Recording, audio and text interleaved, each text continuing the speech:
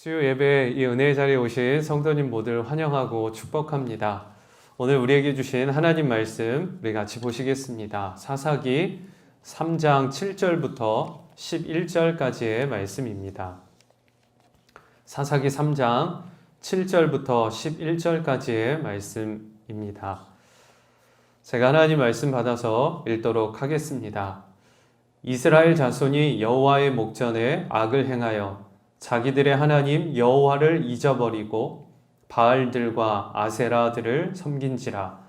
여호와께서 이스라엘에게 진노하사 그들을 메소포타미아 왕 구산 리사다임의 손에 파셨으므로 이스라엘 자손이 구산 리사다임을 8년 동안 섬겼더니 이스라엘 자손이 여호와께 부르짖음에 여호와께서 이스라엘 자손을 위하여 한 구원자를 세워 그들을 구원하게 하시니 그는 곧 갈렙의 아우 그나스의 아들 온니엘이라.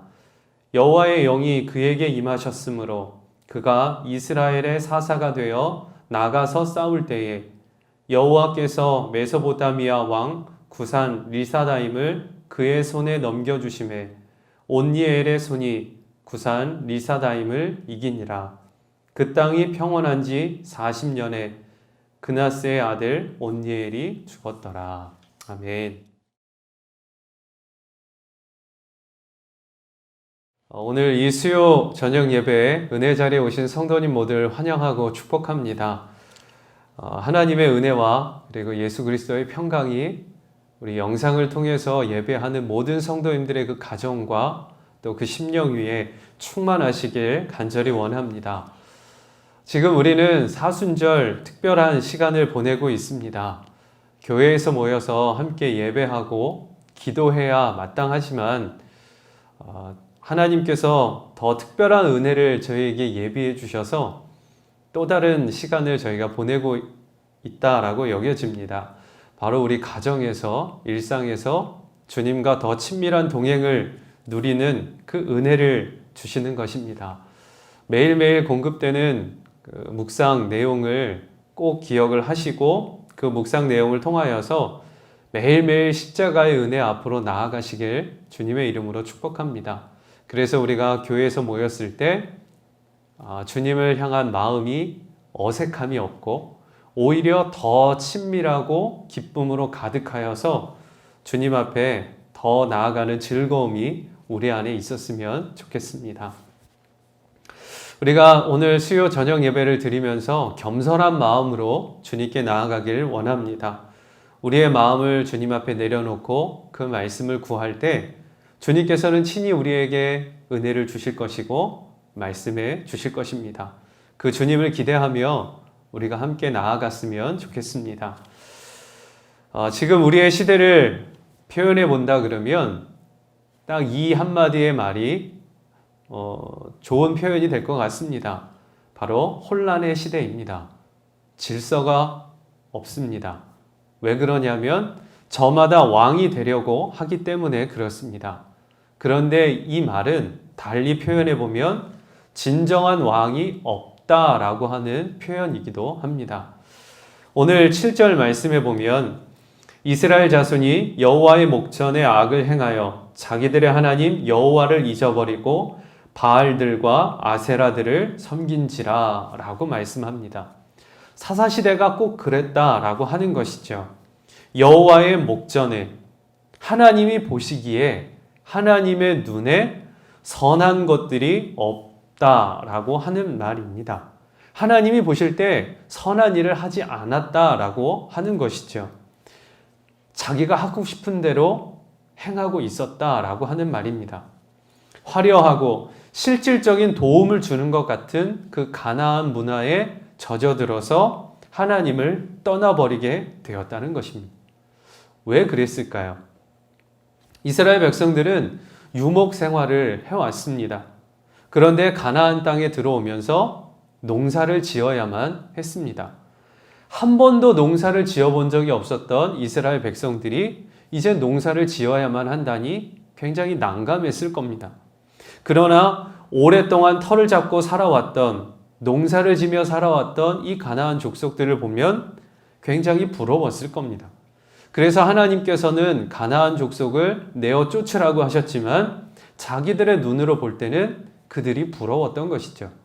그래서 가나안 족속들을 노비로 삼거나 아니면 같이 살거나 그들의 여인을 아내로 맞아들이면서 함께 살아가게 되었던 것입니다. 그러다 보니 자연스럽게 이방 종교를 모시게 됐고 마음에서 하나님을 믿는다고 하지만 하나님을 멀리하게 된 것입니다. 그러니 여호와의 목전에 악을 행하여 라고 하는 이 말씀은 어떤 순간에서도 주님을 의지하고 있는 그런 믿음이기보다는 자기의 만족과 유익, 자기의 삶을 위해 살아가는 그 모습이었다라고 하는 것이죠. 자기를 위해 살다 보니까 하나님을 잊어버리게 되고 우상에 빠져버리게 됐던 것입니다. 결론은 딱 하나입니다. 누가 왕이냐 하는 것이죠. 여러분에게 묻고 싶습니다. 여러분에게 누가 왕이십니까? 돈이 왕이고 사람이 왕이고 자아가 왕이 될 수 있습니다. 그러다 보니 돈에 끌려가고 사람에 흔들리고 내 소견대로 살아가게 되는 것입니다. 팀 켈러 목사님은 거짓 신들의 세상이라는 책에서 우상에 대해 이렇게 말을 했습니다. 우상이란 무엇인가? 하나님보다 더 중요한 것. 당신의 마음과 공상의 세계를 하나님보다 더 많이 차지하고 있는 것. 하나님만이 줄 수 있는 것을 주려고 하는 것. 그것이 바로 우상이다 라고 말을 했습니다. 쉽게 말하자면 하나님보다 더 우리의 마음을 빼앗는 것이 있다면 그게 바로 마음의 왕이고 우상이다 라고 말을 하는 것입니다. 어느 한 모임에서 시골 개척교회에서 목회하시는 그 목사님의 고백을 들었습니다. 시골 작은 교회에서 목회를 하다 보니 늘 재정적인 문제로 힘든 시간을 보냈었다는 겁니다. 그래서 그게 늘 고민이었어요. 앞으로의 삶을 생각해 볼 때 나중을 위해서라도 집 한 채 있어야겠다 싶어서 주택 청약 적금을 들었다는 겁니다. 그리고 조금씩 이 적금이 쌓여가는 것을 보면서 마음에 든든한 생각도 들었다는 겁니다. 그런데 어느 날 기도의 자리에 와서 하나님께 기도를 하는데 주님께서 그 마음을 지적하시더라는 거예요. 내가 더 의지하는 게 무엇이냐? 그 마음이 자꾸 자기에게 들더라는 거예요. 하나님의 마음을 받아보니 이게 아니구나 깨달아졌다는 겁니다. 그래서 이 주택 청약 적금을 주님께 드려야겠다 마음을 먹었어요. 그리고 이것을 해지하려고 은행 앞에 갔지만 정말 그것을 해지는 할 수가 없었다라는 거예요. 그래서 발걸음을 되돌려 오기를 수차례 했다는 겁니다. 이렇게 해서는 안 되겠다. 이래서는 내가 이것을 주님께 드릴 수 없겠다. 그렇게 마음이 들어서 강단에서 성도님들 앞에 고백을 했다는 거예요. 설교에서 이것을 선포하신 거죠. 그리고 그 다음날 은행에 찾아가서 주택 청약 적금을 해지하려고 간 겁니다. 그랬더니 이 은행 직원이 이거 얼마 남지도 않았는데 이렇게 좋은 조건인데 왜 해지하려고 하십니까? 그렇게 물었을 때 목사님은 당당하게 이렇게 대답을 하셨다는 겁니다. 더 좋은 게 생겨서 이제 이거 필요 없습니다. 그렇게 대답을 하셨다는 거죠. 바로 이겁니다. 내 마음이 끌리는 것, 내가 더 좋아하는 것, 그게 바로 내 마음의 왕이고 그것을 섬기고 살아간다는 거예요. 그런데 우리의 마음이 주님께로 향하면 그것이 좋지만 그것보다 더 주님이 좋아져서 주님을 왕으로 모시고 살게 된다는 것입니다. 여러분의 마음의 왕은 누구입니까? 그리고 내 마음을 이끌고 있는 것은 무엇입니까? 우리가 그것을 한번 점검해보고 믿음 앞에 바로 서야 할 것입니다. 바로 이 사사시대가 그랬습니다. 이 사사시대나 지금이나 계속해서 이어져 오고 있는 싸움이 바로 이것이죠. 누가 왕이냐 하는 겁니다. 내 마음을 사로잡고 있는 그것이 무엇이냐라고 하는 거예요. 그럼 우리는 어떻게 살아야 할까요? 성경에서 답을 찾아야 합니다. 이 사사기 말씀이 이 시대를 살아가는데 성경적인 삶을 어떻게 살아가야 하는지를 보여주는 답이 됩니다. 사사기 말씀을 이해하는데 내가 왕이었습니다. 이익상 목사님의 그 책이 참 큰 도움을 주었습니다. 그 책을 읽으면서 그 책에서 이 사사기에 대해 설명을 하는데 예언서로 분류된다라고 하는 내용이 있었습니다. 유대인들이 역사를 바라보는 시각을 잘 표현해주고 있다는 거죠. 우리가 예언이라고 하면 앞으로 무슨 일이 일어날까 미래를 내다보는 일로 생각을 합니다. 그런데 이 구약 시대의 예언자는 현재를 살아가는 이들에게 과거 신앙의 선조들의 이야기를 들려주면서 그러니까 오늘을 어떻게 살아가야 하는지를 알려주는 사람이라는 거예요.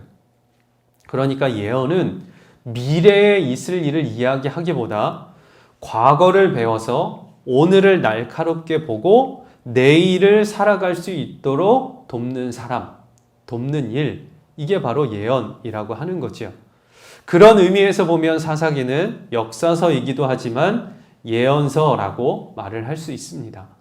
사사시대와 비슷한 시대를 살고 있는 우리에게 앞으로 어떻게 살아가야 하는지를 잘 보여주는 게 이 사사기 말씀이지요. 그리고 그 말씀을 통해서 하나님의 뜻을 감당하는 믿음의 모델로 우리가 성경의 인물들을 붙잡을 수 있습니다. 오늘 그 첫 번째 모델로 하나님이 쓰셨던 사사 온니엘을 그 모델로 우리가 살펴보길 원합니다. 하나님께서는 지금도 온니엘과 같은 믿음의 사람을 찾으시고 그를 부르고 계십니다. 그럼 온니엘은 어떤 사람이었을까요? 온니엘은 주님만 의지하는 자였습니다. 온니엘의 이름의 뜻은 하나님이 나의 힘이시다 라는 뜻입니다. 우리의 이름은 자기의 정체성을 보여줍니다. 그 이름을 보면 그 사람이 한국 사람인지 일본 사람인지 중국 사람인지 단박에 알 수 있지요. 그 이름을 들으면 그 사람의 정체성이 어딘지를 알 수가 있는 겁니다.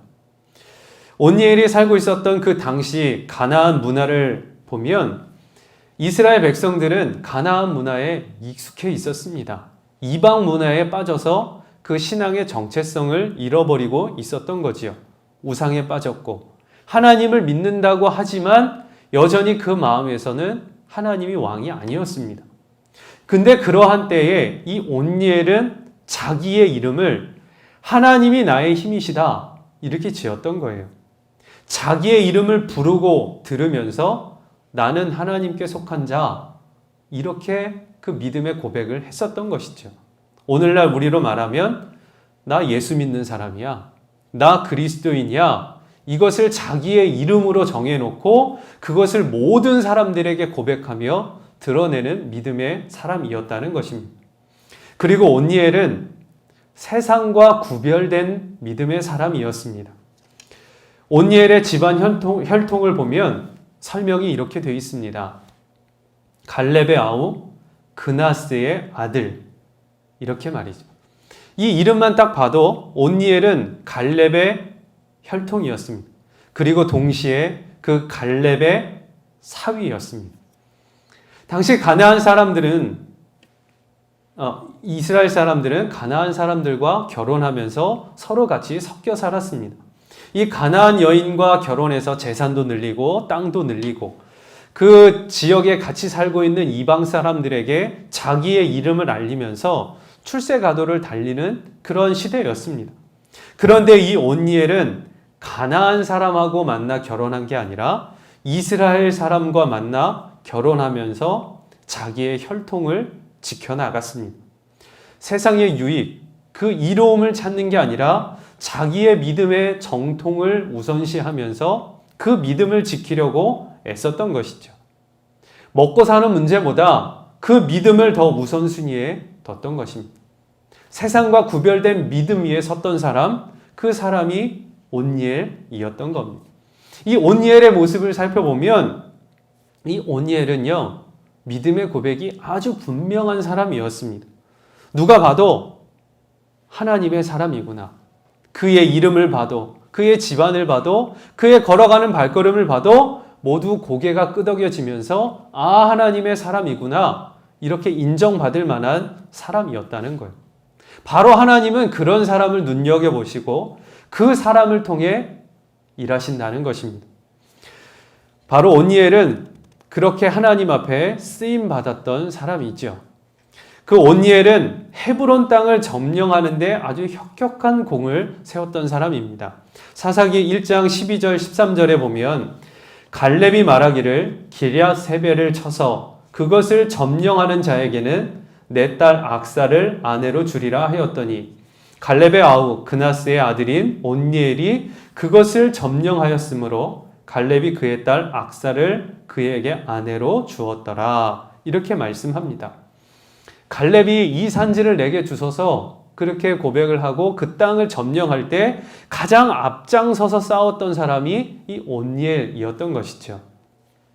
그런데 세월이 지나면서 함께 전쟁에 싸움을 했었던 전우들이 한 사람 두 사람 다 주님 곁으로 가게 된 겁니다. 그리고 이제는 시간이 많이 지나서 가나안 전쟁을 기억하지 못하는 세대들이 서게 되었습니다. 사사기 3장 1절부터 2절에 보면 여호와께서 가나안의 모든 전쟁들을 알지 못한 이스라엘을 시험하려 하시며 라고 말씀하지요. 이 이야기는요, 이제 갈렙도 죽었고 함께 전장을 누비던 동료들도 죽었고 한 세대가 지났다는 거예요. 그러면 이 온니엘은요, 노인이 되었다는 말입니다. 기력이 쇠하여진 노년의 삶을 살고 있었다는 거예요. 백전노장인 온니엘. 그런데 그를 하나님이 기억하시고 그에게 하나님의 영을 부으셔서 하나님이 구원하시는 통로로 삼으셨다는 거죠. 오늘 말씀 10절에 보면 이렇게 말씀이 기록되어 있습니다. 여호와의 영이 그에게 임하셨으므로 그가 이스라엘의 사사가 되어 나가서 싸울 때에 여호와께서 메소포타미아 왕 구산 리사다임을 그의 손에 넘겨주심에 온니엘의 손이 구산 리사다임을 이기니라. 온니엘은 이렇게 기력이 쇠한 노인이었지만 주님 앞에서 분명한 믿음의 고백으로 설 때에 하나님께서 그를 기억하셔서 그에게 성령을 부으시고 이스라엘 백성을 구원하는 사사로 쓰임 받았다는 것입니다. 바로 하나님께서 주목하는 사람이 누군지를 그대로 보여주는 것입니다. 믿음의 고백이 분명한 사람입니다. 하나님 앞에서 믿음의 고백이 분명한 사람, 그 사람을 하나님은 지금도 찾으시고 그를 통해서 탐욕의 시대고 질서가 없는 이 시대이지만 그를 통해서 하나님의 역사를 이루어가길 원하신다는 것입니다. 그러니 우리가 이 말씀을 통해서 기억하고 붙들어야 할 것은 지금 나의 믿음이 주님 앞에서 분명한 믿음으로 서 있는가라고 하는 것입니다. 오늘날 우리에게 예수 믿는 사람 하면 어떤 이미지가 떠오르십니까? 저는 어릴 때 왠지 허스키한 목소리로 걸걸하게 말씀하시는 분이어야 기도 많이 하는 분인 줄 알았습니다. 그리고 술, 담배는 하지 않아야 하는 거지요. 교회 다니면서 술, 담배 한다? 이 사람은 지옥 갈 사람으로 생각했습니다. 믿음 없는 사람인 줄로만 알았던 거지요. 그런데 과연 이런 것으로 이분이 믿음이 있다 없다 이렇게 알 수 있는 것일까요? 아니죠. 믿음의 진정한 고백은 이런 것으로 아는 것이 아닙니다. 성경을 보면 믿음의 사람들은 다 담대했습니다. 골리앗 앞에 서 있었던 다윗이 그렇습니다. 그리고 믿음을 지키기 위해 사자굴에도 들어갔던 다니엘이 그렇지요. 또 그 믿음을 지키려고 풀무불도 마다하지 않았던 그 다니엘의 세 친구들이 그렇습니다. 그리고 전쟁터로 나가면서 군대 맨 앞에 찬양대를 세워서 하나님을 찬양하게 했었던 여호사밧 왕도 그렇지요. 그리고 한 손에는 칼을, 한 손에는 쟁기를 들고 52일 만에 예루살렘 성벽을 재건했던 느헤미야도 그렇습니다. 환경과 여건은 참 두려움이 있고 고난의 연속이었지만 그 순간에서도 믿음으로 담대히 주님을 의지하고 나아갔던 하나님의 사람들의 모습이 그랬던 것입니다. 그리고 초대교회 성도들을 봐도 그렇지요. 무시무시한 핍박과 박해가 있었습니다. 제대로 된 성경도 없었어요. 목회자도 없었고 번듯한 교회 건물을 가지고 있는 것도 아니었습니다. 그런데 그랬던 초대교회 성도들이 세상을 뒤집어 놓았습니다. 마치 성경에 보니까 전염병이 번져가는 것처럼 그랬다고 기록이 되어 있습니다. 우리 지금 아주 실감하죠. 전염병이 어떻게 번져가는지 우리 잘 보고 있습니다. 코로나19 이 전염 속도가 정말 무섭지요. 지금 우리가 이렇게 실감하는 것처럼 예수님 믿는 사람들이 그렇게 번져 나갔다는 거예요. 도대체 어떻게 이럴 수 있었을까요? 지금 우리의 현실과 봐도 전혀 맞지 않는 상황인데 어떻게 이렇게 능력의 삶들을 살 수 있었을까요? 성령으로 살았던 것입니다. 성령의 권능으로 살았다는 거예요. 주님이 주시는 능력이 그 위에 부어지니까 세상을 뒤집어 놓을 만한 일들이 그 안에서 일어났다는 것입니다. 주님을 향한 분명한 믿음의 고백이 있는 사람, 그 믿음의 고백 위에서 주님과 함께 그 삶의 길을 걸어가는 자는 하나님이 그를 통해 일하신다는 것입니다. 요한복음 16장 33절에 보면 이것을 너희에게 이르는 것은 너희로 내 안에서 평안을 누리게 하려 함이라. 세상에서는 너희가 환난을 당하나 담대하라. 내가 세상을 이기었노라 라고 말씀합니다. 우리는 세상에서 환난을 당할 수밖에 없는 연약함이 있지요. 그러나 주님은 그 세상을 이기셨습니다. 그 주님께서 나와 함께 하시니 주님의 강함으로 우리도 이 세상을 이기며 나아갈 수 있는 것입니다. 그러니 우리는 이 약속의 말씀을 진리로 붙잡고 이제 이 어정쩡한 믿음의 태도에서 돌이켜야 하는 것입니다. 우리가 서로가 서로를 돌아볼 때 그리스도인 줄 알고 나타나는 반응이 야, 너도 믿는 자였어? 너도 믿는 자였어? 이렇게 놀래서는 안 되는 거지요. 역시 그럴 줄 알았어. 역시 너는 예수 믿는 사람일 줄 알았어. 그런 반응들이 우리 안에서 나타나야 하는 것입니다. 그 삶에서 주님의 향기가 드러날 수 있어야 하는 거예요. 주님을 향한 분명한 믿음의 고백, 그 말씀을 붙들고 주님이 인도하시는 대로 살아갈 때 그 하나님은 바로 그런 자를 눈여겨보시고 그를 통해 일하신다는 것입니다. 그런 면에서 보면 지금 우리 참 힘든 때를 보내고 있지만 좋은 삶의 훈련장이 된다라고 생각이 듭니다. 코로나19 확산으로 인해서 교회에서 예배를 드릴 수 없습니다. 모이고 싶어도 모일 수가 없어요. 가정에서 영상으로 또 본인이 말씀을 읽으면서 직접 주님 앞에 나아가야만 하는 이런 현실 앞에 우리가 서 있지요. 이때를 보내면서 참 많은 분들이 힘들다라고 하는 이야기들을 많이 하십니다. 교회에 있을 때는 어쨌든 교회에서 드려지는 예배에 참여하면서 말씀을 듣고 은혜 앞으로 나아갈 수 있었는데 집에서 처져 있는 울타리 밖에서 스스로 이 은혜를 누리며 살아가야 한다고 여기니 마음이 느슨해져서 그 마음을 지키는 게 참 힘들다. 이렇게 이야기하시는 이야기들을 많이 듣습니다. 그러니까 우리는 주님을 더 붙들어야 돼요. 믿음의 고백을 분명히 해야 합니다. 그리고 일상에서 우리의 가정에서 주님을 바라보는 믿음의 훈련을 더 해야 하는 것이죠. 그리고 이것을 성도가 서로 붙들어주면서 믿음 안에 흔들림이 없도록 같이 지켜줘야 하는 것입니다. 그래서 온 성도인 모두가 분명한 믿음의 고백을 가지고 주님 앞에 서서 온니엘이 하나님 앞에 쓰임 받았던 것처럼 모든 성도님들이 가정에서, 일터에서, 삶에 관계된 모든 자리에서 그리스도의 놀라운 능력을 행하고 분명한 믿음의 고백으로 주님 앞에 서야 하는 것입니다. 그 시작이 어디서부터냐? 지금 선 그 자리에서 주님을 바라보는 것입니다.